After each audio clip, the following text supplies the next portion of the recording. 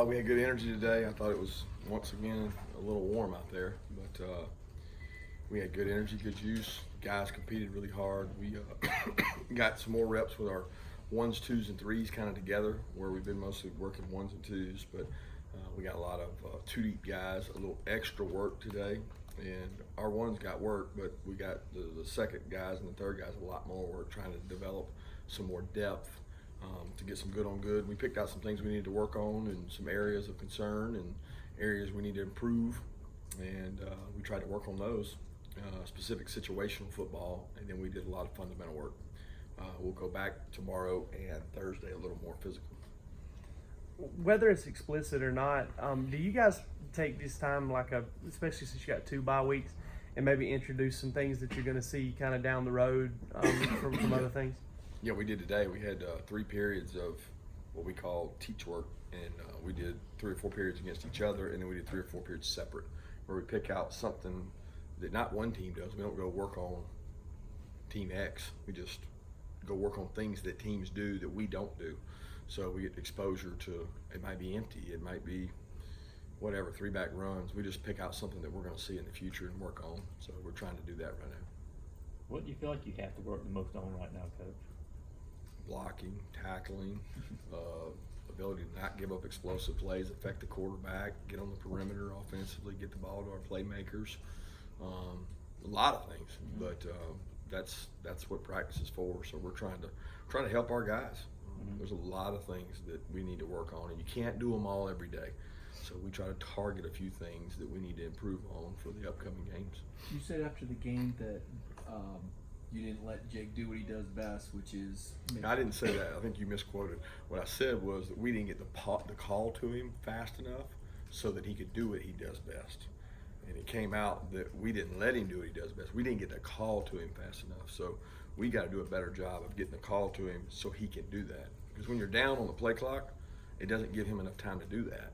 And that's what he does well. And we had 2 or 3 times that, I bet you he had the call with 11 or 12 seconds left, and that's not enough time. Well, I was going to ask why the plays came in later than typical in that game. Just didn't do a good job getting them in.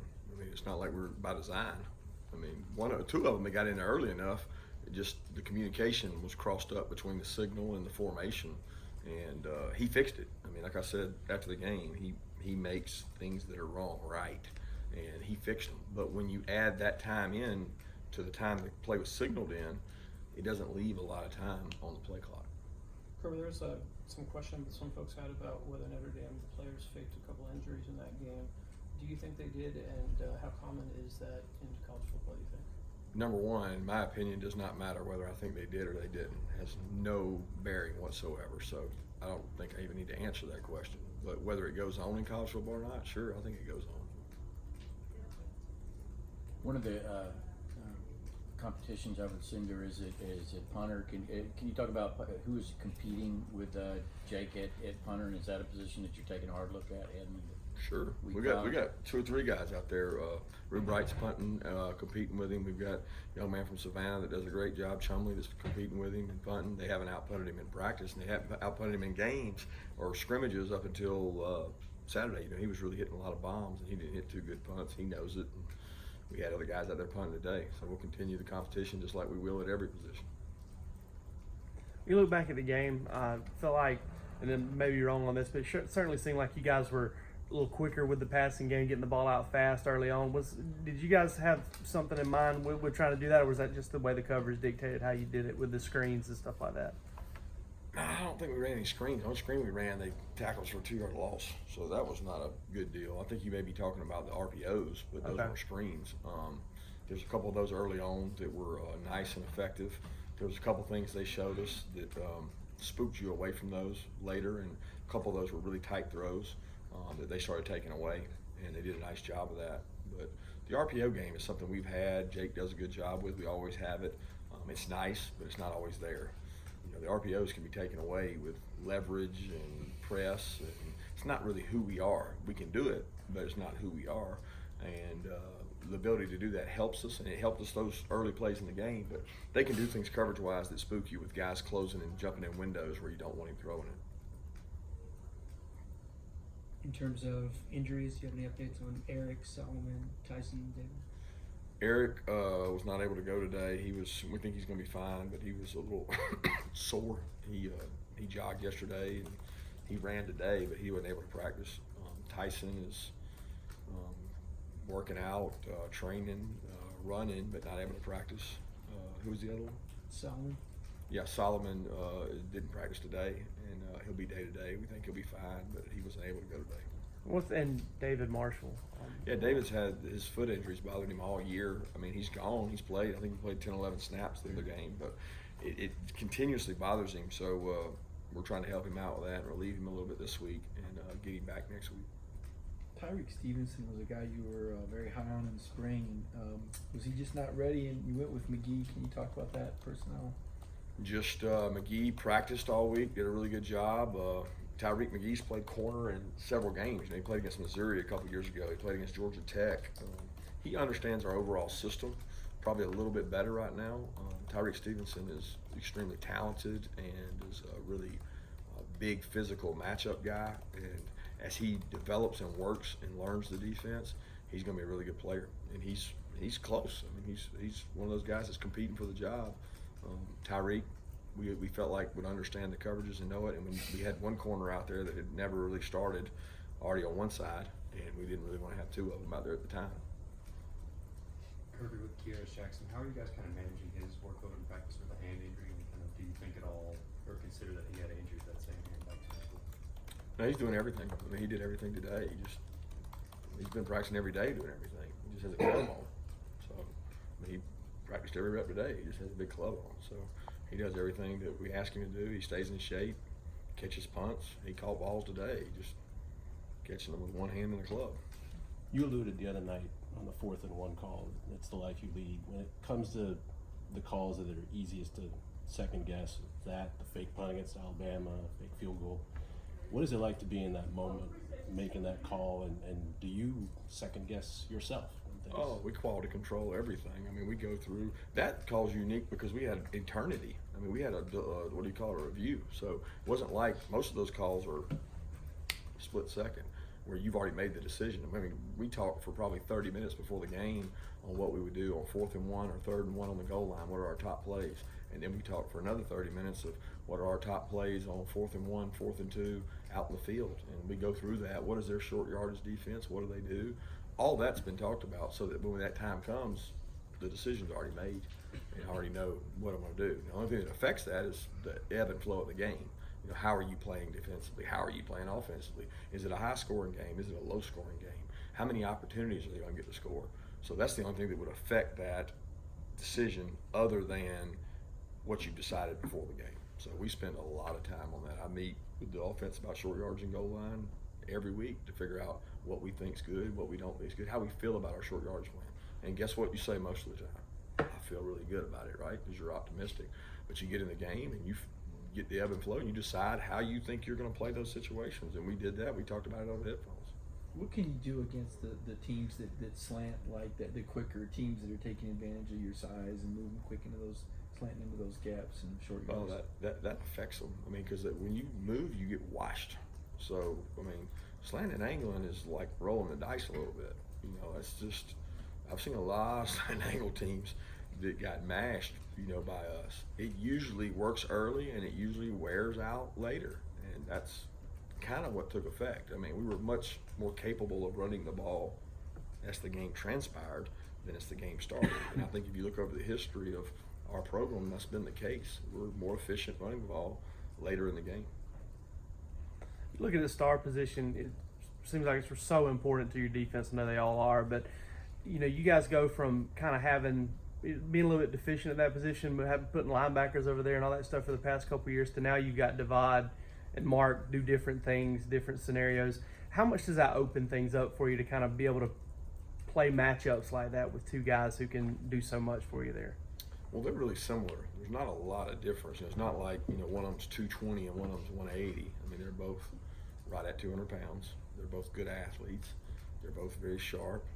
They're both physical. So there's more similarities between them. I think what it allows you is the ability to play two guys and have depth. I'm very comfortable with Vada Star. I'm very comfortable with Mark Webb at Star. and they compete day in and day out, and they both know that they're going to play, and they both prepare that way. And then they're both on the field in the 6 DB package. So it's nice. It's a luxury that I'm not used to having, because you usually have one guy, you know, and we got 2 that I think are pretty good players. You said during the off season, if it's not broke, make it better. You guys are 4-0 right now, and relatively healthy, no season injuries. But what right now would you? And I know you said everything, but are there any things in particular in this next segment you're looking at? We're trying to affect the passer more. Our havoc rate is right on our line of where we'll be. We've been really close every game. One game we were under, the other 2 or 3 we were over, but we're trying to find more ways. So we spent the last 2 days studying teams that are leading. What are they doing? What in the SEC is working? Who's got the highest havoc rate on SEC defenses offensively? What can we do to get the ball to our playmakers in space? How can we do it better? How can we find plays to get guys on the perimeter and loosen some teams up, throw the ball downfield, find ways to get George the ball? I mean, it's limitless that what we're trying to do.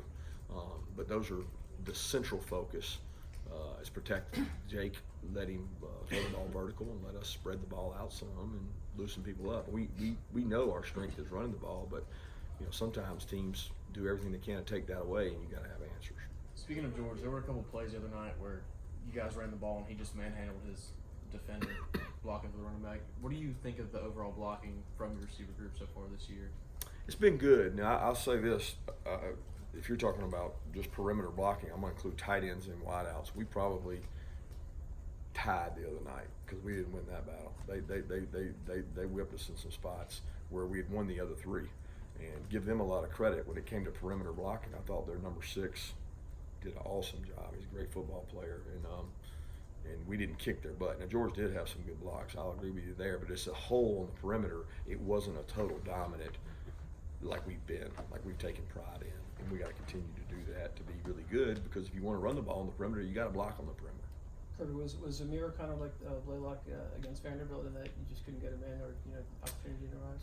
Just didn't hit the flow of the game. We didn't get many opportunities, you know, and if number 7 is running the ball like he was running the ball, it's hard to give the ball to anybody else. I mean, the guy was making people miss, running possessed, and, you know, Brian was running hard, and we want to get Zamir involved, and we need to do that. And he's growing. He's getting better. I mean, he had 2 of the best blitz pickups I've seen out there today that he stoned them, and he's getting better, and he's getting more confident. And I want to be able to show confidence in him and put him out there and let him go play. It just never gave him the opportunity. And it wasn't just Zamir. There was other guys, a lot of guys that I would have loved to have played in that game, but the opportunity never presented itself. And we still played a lot of people. When you've got a week like this, and you've got, you know, some young players, you're talking about your wideouts wanting to be more well-rounded and things like that, do you sit down with those guys and have that kind of one-on-one conversation to be like, hey, this is a big week, you know, got some things we want to get accomplished like that, or you just kind of just let it play out? No, we give every player on the team 3 to 4 notes of what they got to get better at. Every coach is assigned their players to say, here's your 3 target areas you got to improve on. Might be special teams for one guy, might be depth of routes, might be blocking. I mean, it's very specific, because we want them to have a purpose in practice this week. If you're not careful, you're like, what am I doing out here? You know, I'm just like just treading water. No, we don't want to do that. We want to get better. We want to have target areas get better. Offense had 3 goals. Defense had 3 goals today, and we'll continue to work on those. Special teams had 3 goals. And we got to improve, because we got whipped on special teams the other night. With Dominic Blaylock, you end up putting him back there in punt return in that game. How would you sort of assess how he did in that role, as well as his snaps at wide receiver on Saturday? Well, he caught one and he didn't catch one, so he was 50-50, and you can't be 50-50 in this league. You got to be batting 90. How would you what would you attribute the efficiency of these newcomers, the contributions? I mean, whether it's DJ Daniel, Cage, or Wolf. I mean, these players have all become incredibly pivotal. Is it your assistant coaching staff? Is it the talent recognition on your part? Oh, they're good players. I mean, those guys were all good players where they were last year. I mean, Wolf he went to the SEC media days. I mean, Lawrence Cager was a major factor for Miami, and DJ was his team's leading corner. So, I mean, they're good football players. We're just thankful and blessed to have recruited them and also prepared them to play in big games. That's why they came. They wanted to play these big games. I think they're good players, and they fit well in our system. They all 3. I mean, we needed Eli Wolf, we needed Lawrence Cager, and we needed DJ Daniel. So they fit needs we needed, and they played well. How much credit needs to be, You're talking about those perimeter plays that you guys had, and it seemed like that they were close to being really big plays, but one guy would blow it up or whatever. I mean, is you have to give some credit to Notre Dame here for the plays they're making as opposed to breakdowns of being able to make those blocks? Well, I think it's both ways. I mean, they just beat us. I mean, Matt Landers has got a screen that's probably going to go out, and we miss a block. Matt Landers got a reverse that we think was going to be a big play, and we miss a block. And they were drive killers. You know, both of them hurt us, and they were people getting whipped on the perimeter. That's why I say what I said. We had some big plays, the bubble by Dom, where George really blocked well. That was a big play. We had a swipe play where Brian got out on the perimeter for 10 to 12 yards. It was good blocking on the perimeter. So we had good and bad. We just didn't have a lot of consistency. And the better teams you play, they're gonna beat you sometime. 2 more questions? How valuable was a close call game like that to you at this stage of the season for you, as far as teach tape, as far as your kids recognizing how much better they've got to get in your championship drive? It was, you talking about the closeness of the game, the score and all? Well, yeah, just, I mean, the type of game it was. It wasn't another blowout. Well, yeah, that's great. I mean, I personally like them better when you beat them, you know, and it's a little more decided. But I mean, there's going to be games like that. I mean, that's critical. I 100% think when you play in the SEC, you're going to play games like that week in and week out. I don't know who it's going to be. I don't know which one it's going to be, but you know, everybody's going to look at the Las Vegas Lions and say, well, they're supposed to beat this team. Those games are going to come down to those crunch time plays and decisions and opportunities, and the only way you get better at them is being in them. So at least we gain some confidence from the fact we played in it, and I can acknowledge that is helpful, that we got a little, you know, hey, we can handle this adversity. Kirby, when you're in those tight games, how tough a balance is it to, you know, kill clock, get to the end with a win versus keep the offense moving and score points? Yeah, I don't think it's a real tough balance. It depends on what you're doing defensively. Is it 38 to 34, or is it 14 to 10? You know what I mean? It's really 2 different type games. What kind of quarterback are you playing? Been in a lot of games where I've been on them headphones saying, it ain't ever over. You better score all you can score.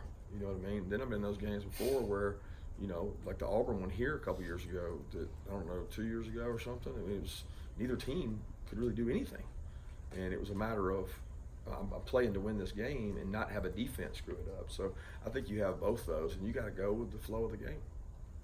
Thank you.